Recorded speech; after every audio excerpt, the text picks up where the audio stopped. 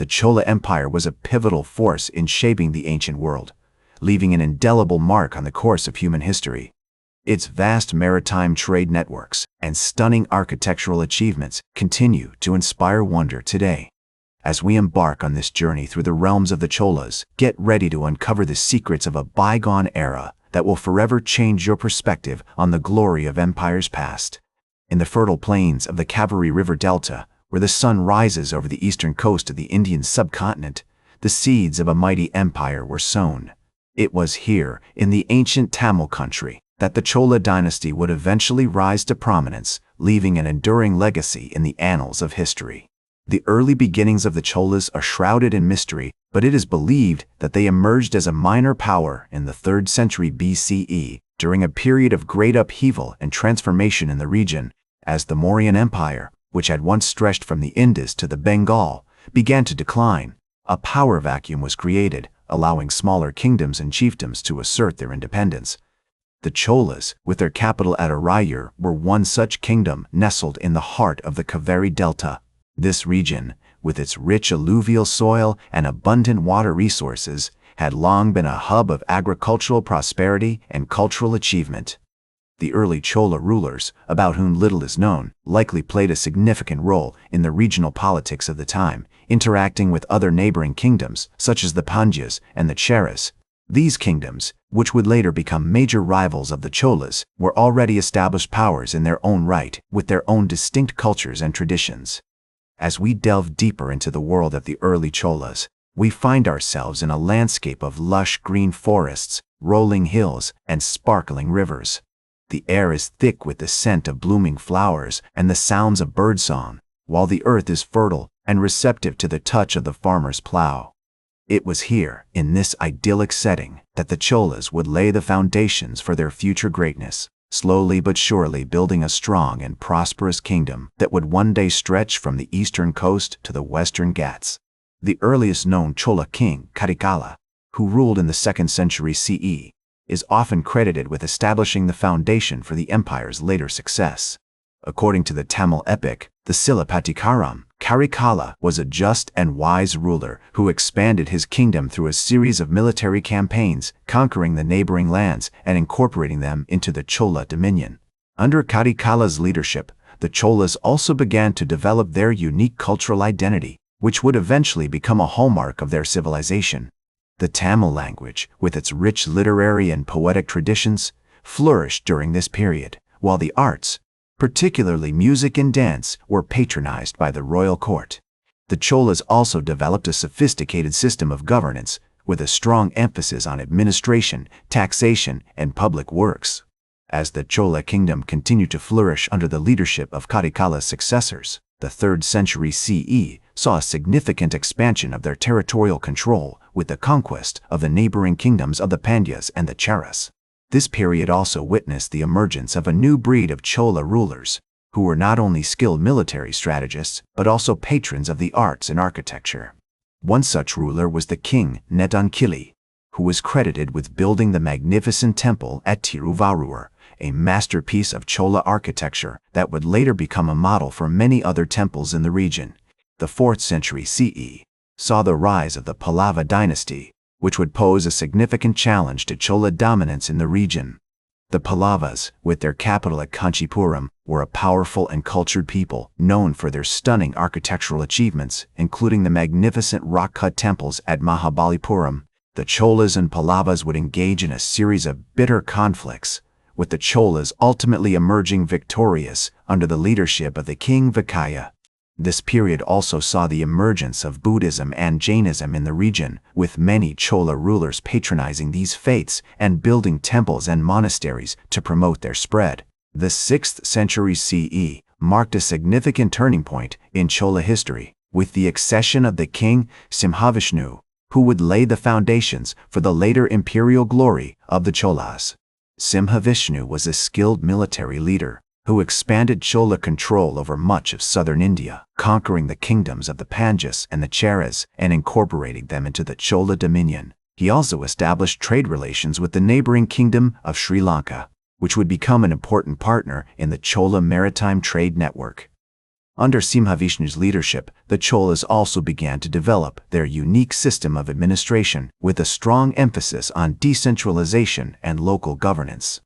The kingdom was divided into smaller units known as nadis, each of which was governed by a local council of elders who were responsible for collecting taxes, maintaining law and order, and promoting public works. This system would later become a hallmark of Chola administration, allowing the empire to maintain its vast territories with remarkable efficiency. The 7th century CE saw the rise of the king, Mahendravarman I, who would take the Chola Empire to new heights of glory. Mahendravarman was also a patron of the arts and architecture, and his reign saw the construction of many magnificent temples, including the famous Shore Temple at Mahabalipuram. This temple, with its stunning sculptures and intricate carvings, is a masterpiece of Chola architecture and would later become a model for many other temples in the region. The 7th century CE also saw the emergence of the Bhakti movement, a devotional cult that emphasized the importance of personal devotion to God and which would have a profound impact on Chola society and culture. The reign of Mahendravarman's son, Narasimhavarman I, marked a significant milestone in Chola history, with the empire reaching new heights of power and glory. Under Narasimhavarman's leadership, the Cholas also began to develop their unique system of naval warfare, with a strong emphasis on shipbuilding and maritime trade. The Chola navy became a powerful force, capable of projecting power across the seas and protecting the empire's vast trade network. This period also saw the emergence of the Chola mercantile class, a group of wealthy merchants who would play a significant role in promoting the empire's maritime trade. Under Narasimhavarman II's leadership, the Cholas also began to develop their unique system of agriculture, with a strong emphasis on irrigation and water management. The construction of elaborate canal systems and reservoirs allowed the Cholas to cultivate the fertile plains of southern India and to promote the growth of crops such as rice, sugarcane, and cotton. This period also saw the emergence of the Chola artisan class, a group of skilled craftsmen who would play a significant role in promoting the empire's textile and handicraft industries.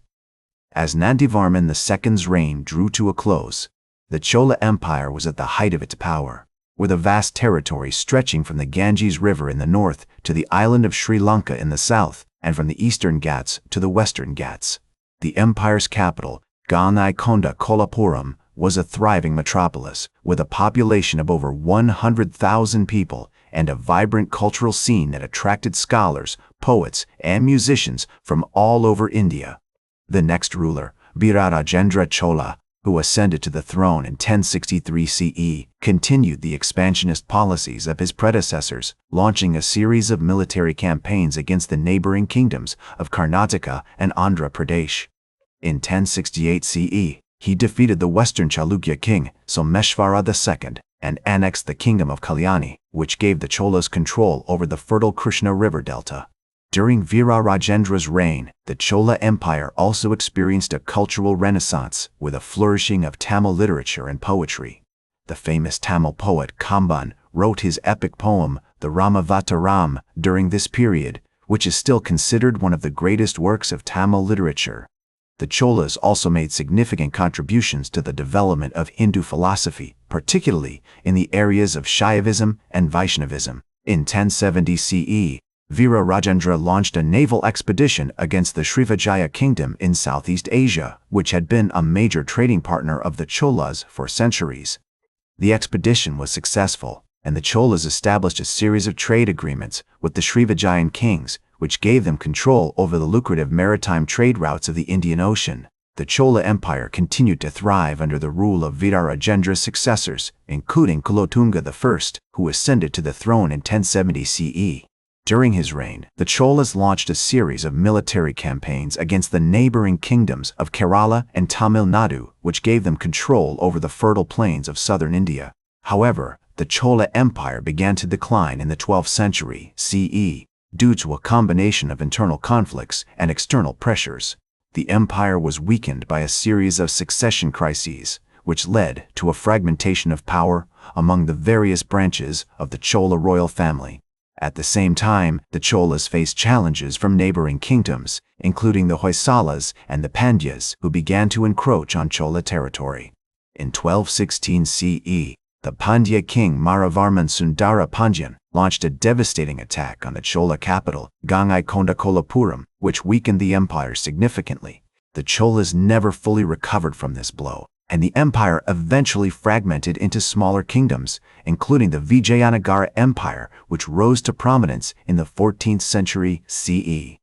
The last Chola king, Rajendra III, was defeated by the Pandya king, Maravarman Kulasekara Pandyan in 1279 CE, which marked the end of the Chola Empire. The Chola territories were eventually absorbed into the Vijayanagara Empire, and the Chola dynasty came to an end after a reign of over 400 years. Despite their decline and fall, the Cholas left behind a lasting legacy in the fields of art, architecture, literature, and politics, which continues to inspire and influence Indian culture to this day. The Chola Empire's enduring legacy is a testament to the power of visionary leadership, cultural excellence, and strategic diplomacy. The Cholas' contributions to art, architecture, literature, and politics continue to inspire and influence Indian culture, a lasting tribute to their imperial vision. Thank you for joining me throughout this historical journey. That's all for today's History with Herodotus. Remember to like, share, and subscribe. And until next time, remember that, to understand the present, we must first understand the past.